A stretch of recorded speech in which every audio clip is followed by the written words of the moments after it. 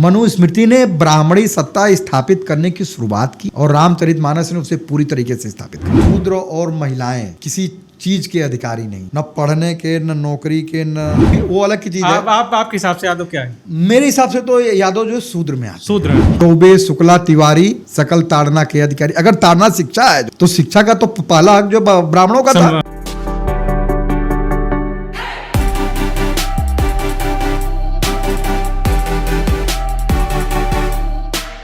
उस समय पार्टी में थे। अच्छा। और उन्होंने उस समय रामायण के ऊपर आपत्तियां अपनी दर्ज कराई थी। उन्होंने कुछ जो बयान उनके बहुत ज्यादा वायरल होते कुछ चौपाइयों पर उन्होंने आपत्तियां दर्ज कराई थी। जी सबसे पहले तो यही था जो है जी ढोल गंवार शूद्र पशु नारी सकल ताड़ना के अधिकारी। जी पहली चौपाई ये थी।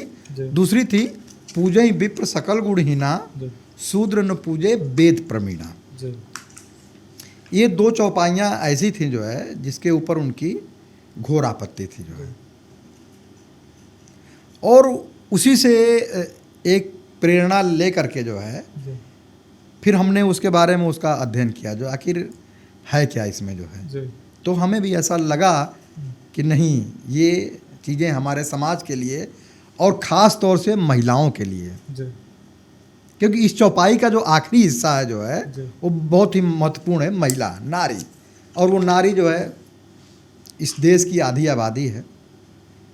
और नारी का न कोई धर्म है, न कोई जाति है, न कोई वर्ण है। जी नारी नारी ही है। नारी नारी तो अगर वो ताड़ना की अधिकारी है तो भाई फिर हमारी माँ, बहन, बेटी हर कोई जो है ताड़ना की अधिकारी है, जो मारने पीटने की अधिकारी है। इस लाइन का एक बार आप एक्चुअल बताइए, क्या मतलब है इस लाइन का जो आपने अभी कहा? देखिए, ढोल गंवार शूद्र पशु नारी। जी ढोल मतलब ढोलक, जी उसको पीटा जाता है तो जी। तभी उससे मधुर ध्वनि जी, हाँ, निकलती है। सुना, हाँ, गाँव में सुना ठीक है। गंवार मतलब कि जो नहीं पढ़ा लिखा है, इलिटरेट, अनपढ़। इलिटरेट है। जी शूद्र, शूद्र मतलब कि उस समय जो ओबीसी दलित तबका है जो है, जी ये शूद्र में इसकी गिनती होती है जो है। बहुत लोग कहते हैं कि यादव छत्री होते हैं, बहुत लोग अपने आप को मानते हैं। कंट्रोवर्शियल टॉपिक, बहुत फिर भी वो अलग की चीज है। आपके हिसाब से यादव क्या है? मेरे हिसाब से तो यादव जो शूद्र में आता शूद्र है। में। हाँ बिल्कुल, है ना। जी तो और ढोल गंवार शूद्र पशु, जानवर, पशु मतलब जानवर। हम्म। फिर उसके बाद नारी। अगर आपको अलग ही करना था जी तो नारी के लिए कोई अलग चौपाई बनाते ना। जी आपने सबको एक लाइन में लगा दिया। जी अब मुझे बाद में जेल में जब मैं गया तो वहाँ से मुझे सुनने में आया कि ताड़ना का मतलब इन्होंने शिक्षा कर दिया है। ताड़ना का मतलब शिक्षा कर दिया। गीता प्रेस की जो है नहीं, उसका ताड़ना का मतलब इन्होंने शिक्षा कर दिया है। तो अगर शिक्षा कर दिया है तो सारे शिक्षण केंद्र को जो है ताड़ना के केंद्र कर देना चाहिए। मतलब स्कूल की बात कर रहे हैं? हाँ, मैं स्कूल की बात कर रहा हूँ ना जी। भाई। शिक्षा तो हमें स्कूल में ही मिलेगी ना। तो जितने स्कूल हैं सबको हटा के ताड़ना केंद्र कर दिया। जितने टीचर हैं उनको ताड़ना अधिकारी कर देना चाहिए। और अगर ये नहीं कर सकते जी तो फिर आपने एक क्यों नहीं लिखा चौबे शुक्ला तिवारी सकल ताड़ना के अधिकारी। अगर ताड़ना शिक्षा है जो है तो शिक्षा का तो पहला हक जो ब्राह्मणों का था। सबको समान होना चाहिए। सही बात। और नारी का तो खैर कहिए ही मत। अभी नारी सुभाऊ सब विधि अगहु अगाध दुराहु और निज प्रतिबिंब बरक कहीं जाई जान न जाई नारी गति भाई। मतलब कि लिखा हुआ कि विद्वानों ने नारियों का स्वभाव ठीक से नहीं पढ़ा है जो है। इनका स्वभाव ठीक नहीं है जो है ना। उनका कपट सभी तरह का मोह माया से परिपूर्ण होती हैं। अच्छा, मतलब इम्पैक्ट नहीं करता उनको ज़्यादा? ना, इम्पैक्ट नहीं करते। एक इसी में और है, नारी स्वभाव सत्य सब काहें अवगुण 8 सदा उर रहें। रामायण में है? रामायण में है। मतलब कि नारियों का स्वभाव उनके अंदर जो है माया, मोह, चपलता, इस टाइप की जो है भावनाएं हमेशा बनी रहती है। ये 8 अवगुण है। अच्छा, ये जो 8 अवगुण है उसमें हमेशा बनी रहती है। एक्चुअल लिखा है? ये लिखा है। मैं अच्छा, मैं जो कंटेंट के साथ बता रहा हूँ ना। देखिए नहीं। जो पहला मैंने दोहा बताया, चौपाई बताई, हाँ। वो मैंने आपको बताया रामचरितमानस में अयोध्या कांड में लिखा गया है। हाँ। श्लोक नंबर 47, अध्याय 47, 7 से 8। जैसे हमारे घर में होता है रामचरितमानस का पाठ जो करते हैं हम सब, हाँ हाँ उसमें जो हम कहते हैं तो ये लाइनें हम पढ़ते होंगे। हाँ, बिल्कुल पढ़ते होंगे। उसमें लाइन frequently होगी। आप जब रामचरितमानस का पाठ करेंगे जो है, तो लाइन में मिलेगी ही ना, मिलेगी। कोई इसका ध्यान ही नहीं देता ना आदमी। हमारे समाज की तो सबसे बड़ी समस्या यही है। अब ये सब तो ठीक है, और सबसे खतरनाक,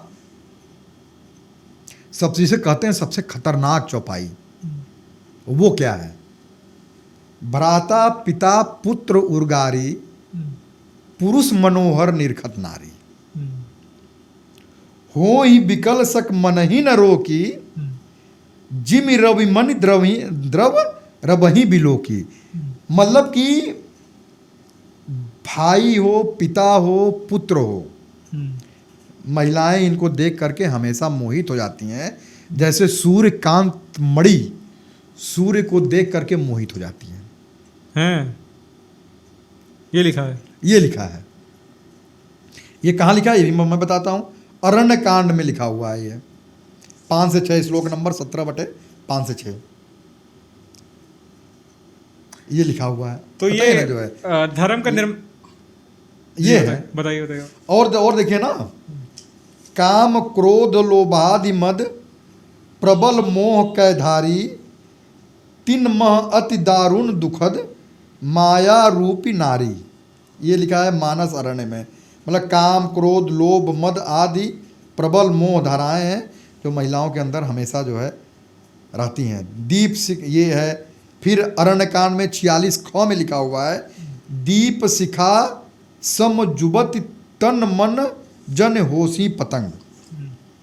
मतलब कि युवतियों का तन तो दीप शिखा के समान है, उनका मन पतंगे के समान है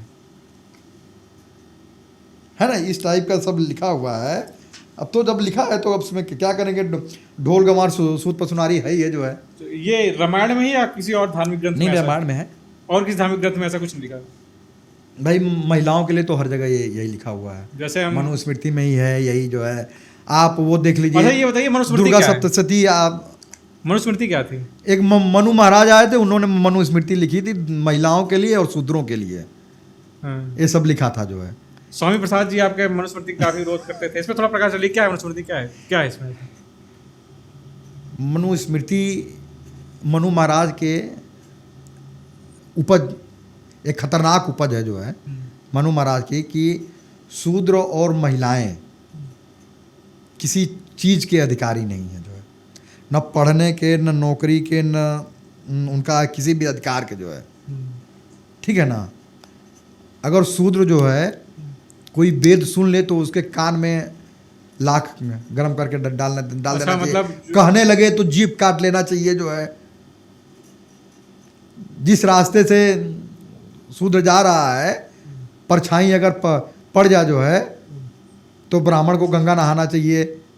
अच्छा, इतना अपवित्र हो जाता है? इतना अपवित्र हो जाता है जो शूद्र को इतना बुरा बताया है? सूद को इतना बुरा बताया गया है। महिलाओं को तो है ही है। ये सब तो जो मैंने बताया। असल में देखिए क्या है ना, कि रामचरितमानस का आधार जो है मनुस्मृति है। मनुस्मृति ने ब्राह्मणी सत्ता स्थापित करने की शुरुआत की, और रामचरितमानस ने उसे पूरी तरीके से स्थापित कर दिया, ब्राह्मणी सत्ता को जो है। तो ये रामचरितमानस के बाद ही मनुस्मृति लिखी गई? मनुस्मृति पहले लिखेगी ना। मनुस्मृति पहले की है? मनुस्मृति पहले की। देखिए वो क्या मैंने कहा, मनुस्मृति रामचरितमानस का आधार है जो है। अच्छा। आधार कोई चीज किसी का जब होगा जब तो वो पहले होगा। तो मनुस्मृति पहले लिखा गया, और रामचरितमानस में ब्राह्मणी सत्ता को पूरी तरीके से स्थापित कर दिया गया।